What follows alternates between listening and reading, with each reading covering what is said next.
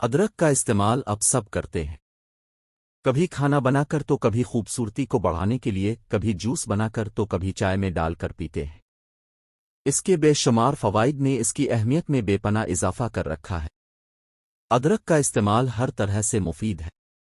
ادرک anti fungal, anti bacterial ہوتی ہے، ساتھ ہی اس میں dietary fibre, calcium, magnesium, manganese, vitamin B6، B1، B2، B5، zinc, phosphorus, sodium اور آئرن سمیت تمام ضروری غذائی اجزاء پائے جاتے ہیں جو کہ ہماری اچھی صحت کی ضامن ہے۔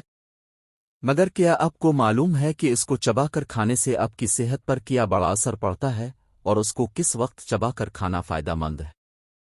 برطانوی ماہرین کے مطابق ادرک کو چبا کر کھانے سے کھانا جلد ہضم ہوتا ہے اور یہ نظام ہاضمہ کو بہتر بنانے میں زیادہ کارآمد ہے۔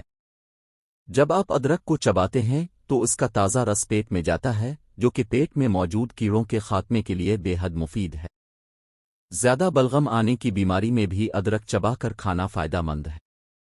دانتوں میں کیڑا لگ جائے اگر تو ادرک چبا کر کھائیں، یہ کیڑوں کو جڑوں سے نکالنے میں مفید ہوتی ہے۔ ذیابطیس کے مرض میں اس کو چبا کر کھانا انسولین کو کنٹرول رکھنے میں مدد دیتا ہے۔